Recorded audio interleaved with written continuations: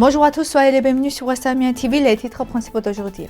21e anniversaire de la déclaration officielle du Conseil national d'Arménie occidentale. 21e anniversaire du Conseil national d'Arménie occidentale et son initiative symbolique. Ce document est le plan d'action de la Turquie pour la formation de nouveaux tourants dans la région, un pan-turquisme modernisé. Baroujan Gueramian. Paluan et Katechion, un regard sur l'architecture de la cathédrale Mère de Dieu à Antep. Les œuvres de Berge Arabian au Festival international de photographie de Bursa.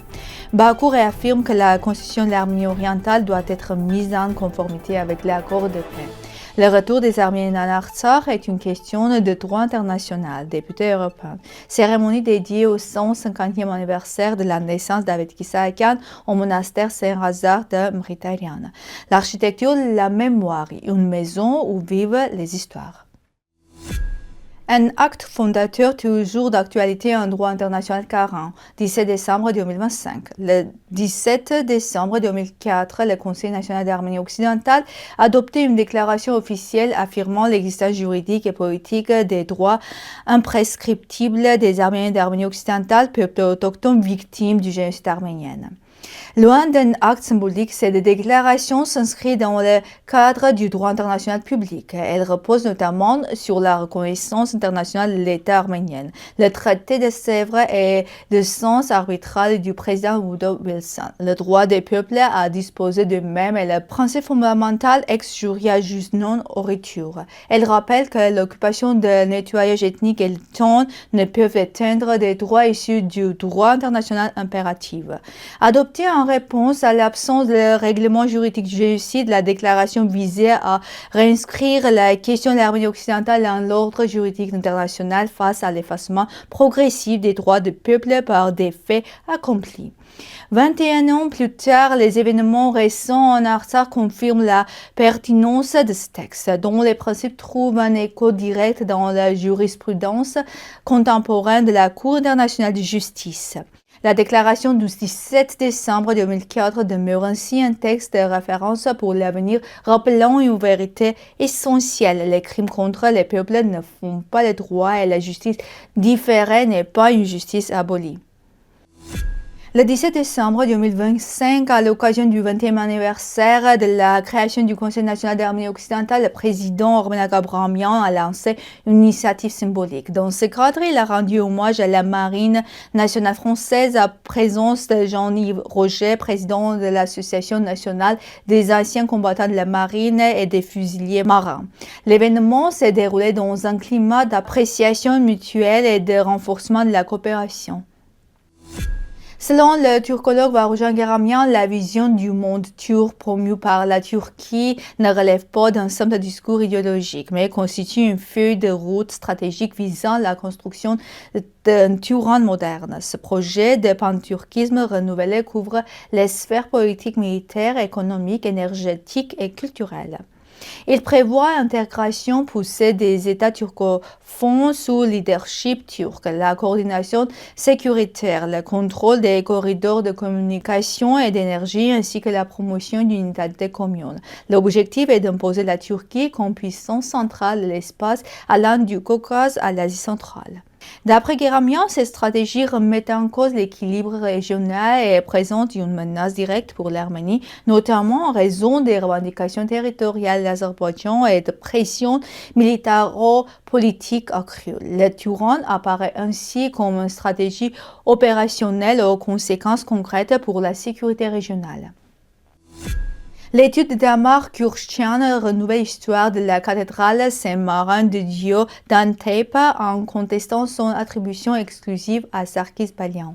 À partir de son mémoire à l'Université technique de Berlin et d'entretien avec le journal Agos, elle montre que l'agrandissement et la structure à 3 étages auraient été réalisés par des maîtres d'œuvre arméniens locaux, sans intervention directe de Balian. L'étude met ainsi en évidence le rôle décisif des artisans provinciaux et démontre que la cathédrale d'Antep est le résultat d'un processus collectif et non l'œuvre d'un seul architecte. Le 15 Festival international de photographie de Bursa, l'un des événements photographiques majeurs d'Arménie occidentale, a de nouveau réuni des photographes locaux et internationaux autour du thème « L'heure de la rupture ». Le festival met notamment à l'honneur Berj Arabian, la photographe du magazine Agos. Organisé avec la municipalité de Bursa et l'association Bursat, l'événement a été inauguré au centre culturel Tayyar. Le maire Mustafa Bozber a souligné l'importance du festival pour démocratiser l'accès à l'art. Les œuvres de 30 photographes sont exposées dans plusieurs lieux culturels de la ville. L'exposition longue ligne de Berj Arabian, présentée à la galerie Sefik Bursali Galerie, explore la mémoire, le voyage et le désir. Le festival se poursuit jusqu'au 12 janvier avec l'exposition Débats et ateliers. Azerbaïdjan a réaffirmé que la constitution arménienne devrait être mise en conformité avec l'accord de paix en préparation. Elchin Amirbaykov, représentant du président Ilham Aliyev, a déclaré que l'année 2025 pourrait constituer une étape historique pour les relations entre l'Azerbaïdjan et l'Arménie ainsi que pour l'ensemble du Caucase du Sud. Selon Amirbaykov, le projet d'accord de paix a été paraphé en août et pourrait être signé l'an prochain. Il a également rappelé que l'OSCE a récemment finalisé la dissolution du groupe de Minsk. Il a précisé que la signature et la falsification de l'accord ne seront possibles qu'après la modification de la constitution arménienne afin de la rendre conforme au texte paraphé. Le retour des réfugiés arméniens en Artsakh relève du droit international et non d'un choix politique, a déclaré l'eurodéputé français François-Xavier Bellamy dans une interview à Alpha News. Il a critiqué la position des autorités d'Arménie, qui refusent de défendre ce droit. Selon Bellamy, les Arméniens ont été victimes de nettoyage ethnique sur leur propre territoire et des mesures concrètes doivent être prises pour garantir leur retour, principe auquel il ne faut jamais renoncer. Le 9 décembre, le 150e anniversaire de la naissance du poète arménien Avetik Issahakian a été commémoré au monastère méritariste de Saint-Lazare de Venise, lors d'un événement organisé avec l'ordre méritariste et la maison musée Avetik Issahakian. L'abbé Azamast Kashishian a évoqué la dimension spirituelle de l'œuvre Issahakian, tandis que Tsobik Nazarian rappelait les liens étroits du poète avec l'ordre méritariant et ses séjours à Venise entre 1921 et 1926. La chercheuse Anna Saroyan a également évoqué sa rencontre avec Yeriche Charentz à Venise en 1925. La commémoration s'est conclue par la projection du documentaire Le Maître et une exposition de documents et ouvrages liés à Avetik Issahakian, conservés dans la bibliothèque méritariste.